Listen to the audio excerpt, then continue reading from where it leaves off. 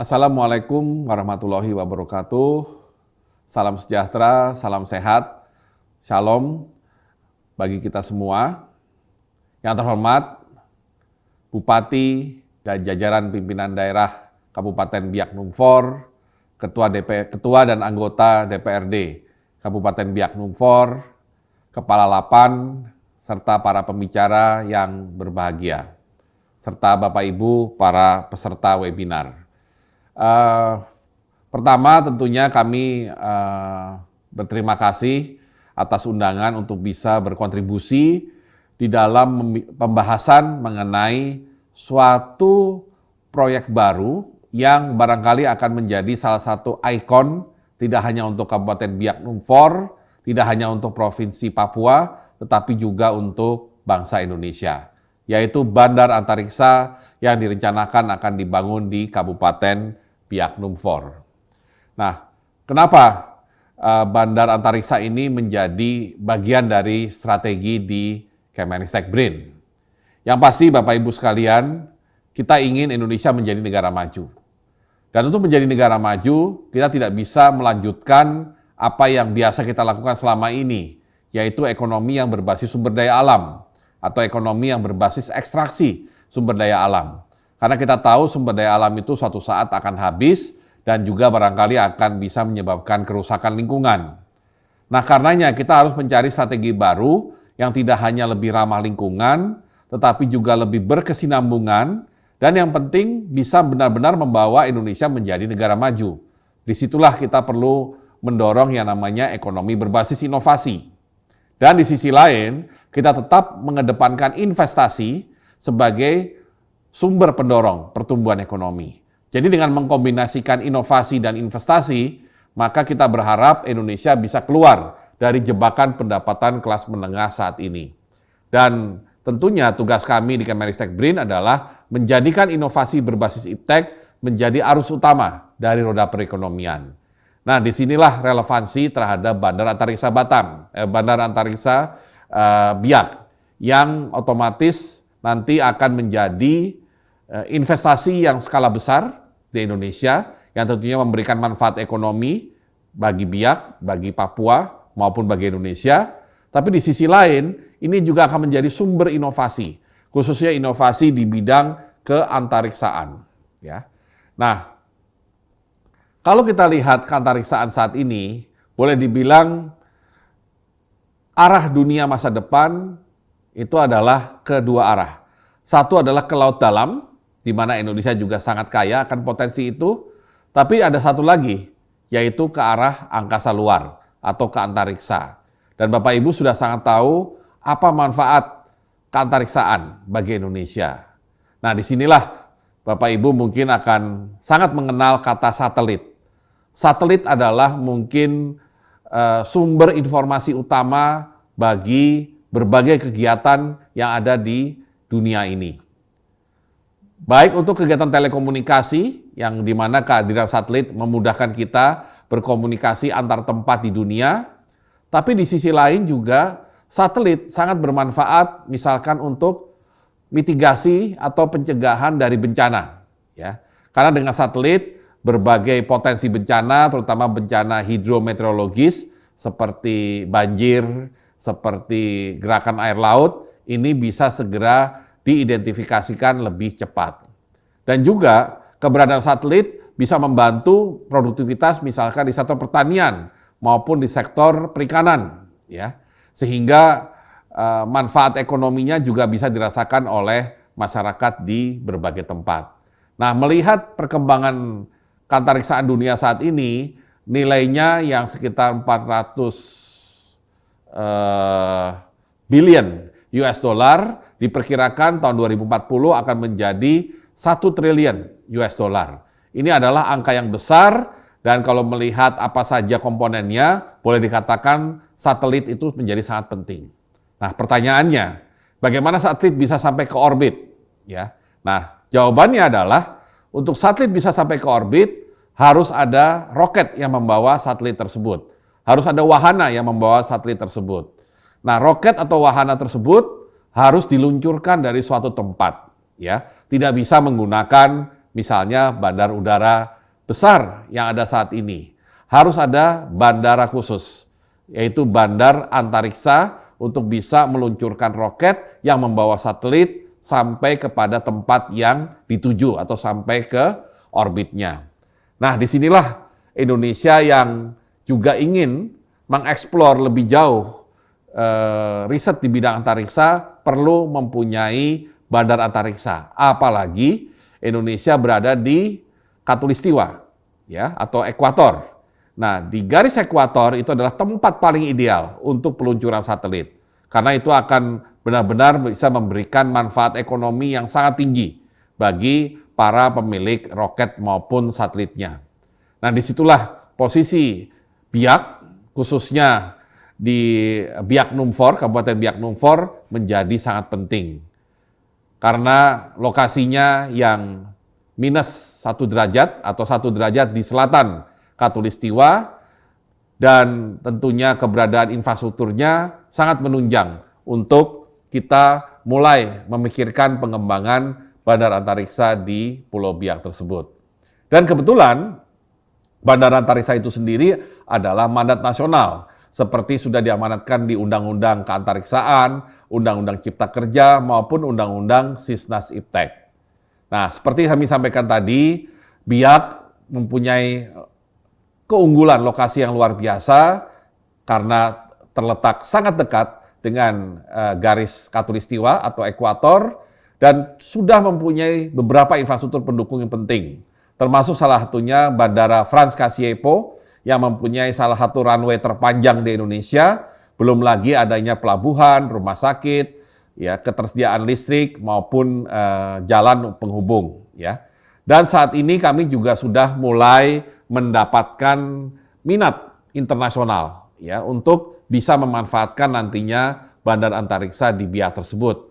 Bahkan dalam pemikiran kami mungkin kita harus melakukan kerjasama baik public-private partnership, kerjasama pemerintah swasta maupun kerjasama antar negara untuk bisa mengembangkan bandar antariksa yang tidak hanya skala lokal tapi juga skala internasional, ya.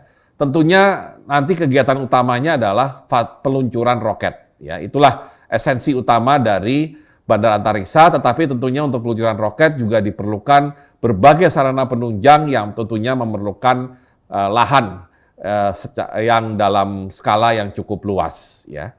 Nah, kalau kita lihat beberapa contoh bandar antariksa yang ada, ya, satu yang sangat populer yaitu Guyana di Amerika Latin yang kebetulan menjadi tempat peluncuran roket Ariane dari Prancis, ya. Kita bisa melihat lokasinya, kawasan penyangganya tetap hijau, ya. Jadi artinya ini untuk juga menjelaskan kepada berbagai pihak bahwa ini tidak merusak lingkungan. Lingkungan sekitarnya tetap bisa hijau sesuai dengan alaminya. Dan kita lihat di situ apa saja yang ada dalam bandar antariksa Guyana, tentunya landasan peluncurannya, fasilitas integrasi roket dan satelit, ya, selain tentunya perkantoran, ruang kendali operasi dan juga sarana pergudangan, ya. Jadi intinya bangunannya sebenarnya tidak terlalu banyak, tapi yang paling penting adalah akses kepada peluncuran, dan satu lagi yang tadi belum saya sebutkan, posisi Biak yang strategis adalah dekat dengan laut lepas, ya, itu sebagai syarat utama kalau kita ingin membangun spaceport atau bandar antariksa tersebut.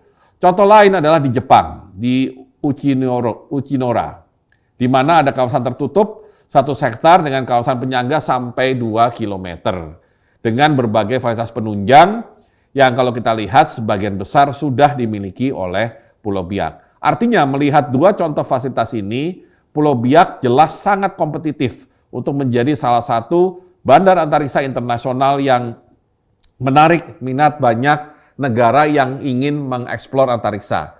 Dan sebagai informasi Bapak Ibu, kalau mungkin di masa lalu kita hanya mengenal Amerika dan Rusia sebagai negara yang sibuk dengan kegiatan antariksa, maka belakangan selain negara-negara Eropa Barat, negara-negara Asia seperti India, Turki, China, dan juga Jepang, Korea, sekarang juga sudah mulai mengeksplor antariksa. Jadi artinya permintaan atau kebutuhan untuk bandar antariksa masa depan ini akan menjadi sangat besar, ya. Nah, seperti apa nantinya aktivitas di sana? Ya, tentunya seperti kami sampaikan tadi, utamanya adalah aktivitas peluncuran roket. Skenario minimal, ya artinya dengan bandara skala kecil di awal adalah untuk penguasaan teknologi. Misalnya untuk roket Sonda 8 dengan frekuensi peluncuran 1-2 kali setahun, ya. Kemudian juga ada dampak lain yang ditimbulkan dari kegiatan peluncuran roket tersebut, yaitu pasti akan banyak kebutuhan untuk pembangunan fasilitas di tingkat awal dan kemudian perbaikan atau tambahan infrastruktur yang tentunya tidak hanya diperlukan oleh peluncuran roket, tapi juga bisa dinikmati oleh masyarakat di sekitarnya, ya. Dan kemudian tentunya setiap kali ada peluncuran pasti ada minat orang untuk menonton, ya. Artinya ada potensi wisata baru nantinya di Biak, yaitu wisata antariksa atau wisata peluncuran roket, ya. Dan kalau kemudian bandara antariksa tersebut sudah bisa melakukan peluncuran satelit komersial, ya, yaitu skenario maksimal dengan kapasitas 1000 kg ke orbit rendah dengan frekuensi yang lebih banyak, bisa 6 kali setahun per launch, ya, artinya maksimal 2, ya. Nah, 2 pad maksudnya. Kemudian juga jumlah pendatang yang akan datang untuk sebagai tadi turis antariksa atau turis peluncuran roket ratusan, ya. Dan juga jangan lupa karena zaman sekarang adalah zaman digital, semua acara peluncuran juga bisa disaksikan dari berbagai belahan dunia melalui televisi, melalui media sosial, sehingga ini juga makin memperkenalkan Biak ke berbagai penjuru dunia. Dan investasi yang masuk juga tidak tanggung-tanggung, ya, mungkin sekitar 100 juta dolar sendiri. Dan tentunya dengan adanya wisatawan tadi, maka akan menghidupkan wisata lokal, ya, di Biak, termasuk juga fasilitas penginapan, restoran, dan transportasi, makin memperbaiki infrastruktur yang ada, dan juga kawasan penyangga tidak akan hilang. Kawasan hijau, kawasan yang masih alami tetap ada karena itu dipakai untuk kawasan penyangga untuk keamanan, ya. Nah, kalau kita lihat lebih spesifik lagi, rencana Bandara Antariksa Biak Utara, ya, yang nantinya akan dimulai dengan Bandara Antariksa untuk keperluan pengujian roket 8, intinya bisa mengakomodasi 2 landasan peluncuran roket kelas 250 ton, ya. Dan juga nantinya setelah kita mencoba mengembangkan teknologi roket Indonesia, kita juga nantinya setelah bisa membangun Bandara Antariksa Internasional bisa melayani mitra internasional. Dan mengenai bahan bakar, tidak menggunakan nuklir tapi menggunakan bahan bakar roket besar mirip seperti yang digunakan di pesawat udara atau pesawat terbang, ya. Dan jangan lupa lingkaran hijau yang menjadi pembatas itu adalah kawasan penyangga yang tetap akan dibiarkan hijau. Sehingga secara umum dampak positif dari pembangunan Bandara Antariksa ini tentunya pertama kebanggaan, ya, artinya Indonesia sudah masuk kategori negara yang peduli atau yang ingin mengembangkan antariksa. Yang kedua penguasaan teknologi, ya, karena seperti kami katakan di awal tadi, teknologi masa depan adalah teknologi selain teknologi digital adalah teknologi untuk pemahaman laut dalam dan teknologi untuk pemahaman angkasa luar. Ketiga, peningkatan kualitas SDM, termasuk utamanya SDM yang ada di Biak, ya, yang tidak hanya langsung berkaitan dengan Bandara Antariksa, tapi juga terhadap kegiatan ekonomi yang nantinya berkaitan dengan Bandara Antariksa tersebut, ya. Dan otomatis ini akan menciptakan tambahan lapangan pekerjaan di Biak, ya, meningkatkan pertumbuhan ekonomi masyarakat dan ujungnya peningkatan pendapatan daerah dan nasional. Ya, ini beberapa contoh kontribusi Bandara Antariksa yang sudah ada terhadap wilayah sekelilingnya, baik yang ada di Amerika maupun di New Zealand, ya, dengan angka-angka yang bisa dilihat di situ. Pada intinya dampaknya bisa kita lihat dari 3, yaitu output multiplier, income multiplier maupun employment multiplier, ya. Dan untuk setiap kategori multiplier atau dampak tersebut, kita bisa melakukan perhitungan. Pada intinya ekonomi akan bertumbuh lebih cepat dengan adanya Bandara Antariksa, yang berarti kalau ekonominya tumbuh cepat akan menciptakan lapangan kerja yang lebih besar, bisa menyerap tenaga kerja, mengurangi pengangguran, dan ujungnya bisa meningkatkan pendapatan masyarakat Ya, karena tadinya orangnya tidak bekerja, sekarang bekerja, atau tadinya bekerja paruh waktu, sekarang bekerja penuh waktu. Ya, jadi kita bisa melihat bahwa dampaknya sebenarnya sangat positif bagi perekonomian daerah. Tidak hanya Biak, tapi juga Papua dan bahkan sampai ke Indonesia. Dan di Amerika, kalau kita lihat, ada 20 bandara antariksa. Jadi yang akan dibangun di Biak ini bukan suatu yang aneh. Karena di Amerika sendiri sudah ada 20, ya. Dan di situ ada izin yang dikeluarkan oleh FAA, di mana izinnya misalkan mencakup kelayakan teknis, kemudian layak AMDAL, yang tentunya juga akan kita lakukan di Indonesia, dan untuk beberapa contoh di berbagai belahan dunia, seperti yang kami sampaikan di halaman sebelumnya, ini akan memberikan dampak positif terhadap perekonomian. Tapi jangan lupa, keberadaan Biak Spaceport nantinya, atau Bandara Antariksa Biak, tetap akan punya pesaing. Meskipun kita tetap punya keunggulan, yaitu berada di wilayah yang sangat dekat dengan ekuator, ya, atau berada di wilayah ekuator. Saingannya misalkan ada di New Zealand, ya, ada yang di Amerika tadi, termasuk yang terkenal mungkin Cape Canaveral yang ada di Florida, ya. Kemudian ada yang Kourou, Guyana Prancis, yang dipakai untuk Ariane, ya, serta Sriharikota Spaceport di India, ya. Tapi kalau Bapak Ibu perhatikan, mungkin di antara tempat-tempat ini yang sama-sama berada di Khatulistiwa hanya yang Kourou, ya. Jadi kita harus benar-benar bisa mengangkat Biak menjadi bandar antariksa yang bisa bersaing dengan Kourou dan mempunyai kelebihan dibandingkan bandar antariksa lain, terutama yang lokasinya masih agak jauh dari Khatulistiwa. Namun tentunya untuk mencapai ke sana bukan hal yang mudah. Banyak hal yang harus kita kerjakan. Yaitu pertama tentunya keamanan dari penggunaan teknologi tersebut, baik untuk SDM yang bekerja maupun untuk masyarakat sekitar. Kemudian kita akan tetap memperhatikan kepentingan dan kearifan lokal masyarakat di wilayah Biak.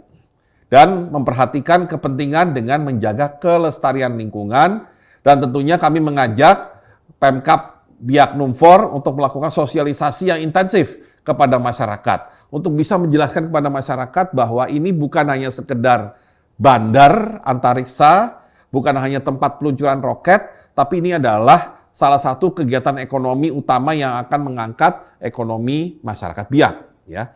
Dan tindak lanjutnya tentunya kita perlu bekerja sama dengan Pemda, ya, untuk berbagai hal, termasuk untuk penyediaan infrastruktur serta dukungan pembiayaan dan juga anggaran, kemudian mitigasi untuk tingkat kerentanan, resiko untuk meminimalkan bencana dengan zonasi dan tata ruang yang terintegrasi, penguatan kapasitas SDM, dan tentunya pemberdayaan masyarakat secara berkesinambungan. Kami ingin sekali masyarakat Biak bangga dengan adanya Bandara Antariksa Biak, dan masyarakat Biak merasa bahwa Bandara Antariksa itu akan memberikan manfaat yang maksimal bagi kehidupan masyarakat di sana, kehidupan ekonomi, dan tentunya juga menjadi masa depan yang cerah bagi Kabupaten Biak. Dan tentunya ini sangat sesuai dengan ide kita untuk membangun ekonomi bangsa ini berbasis iptek, yaitu dengan memperkuat penelitian pengembangan, membangun kemandirian, terutama dalam peluncuran wahana antariksa, dan mendorong kegiatan komersialisasi keantariksaan. Ya. Kami juga ingin menyampaikan kepada Bapak Ibu di Biak bahwa nantinya bandara antariksa ini tidak akan berdiri sendiri. Keberadaan bandara antariksa akan melahirkan industri-industri yang terkait dengan masalah antariksa ini. Dan industri-industri tersebut akan berlokasi di Biak.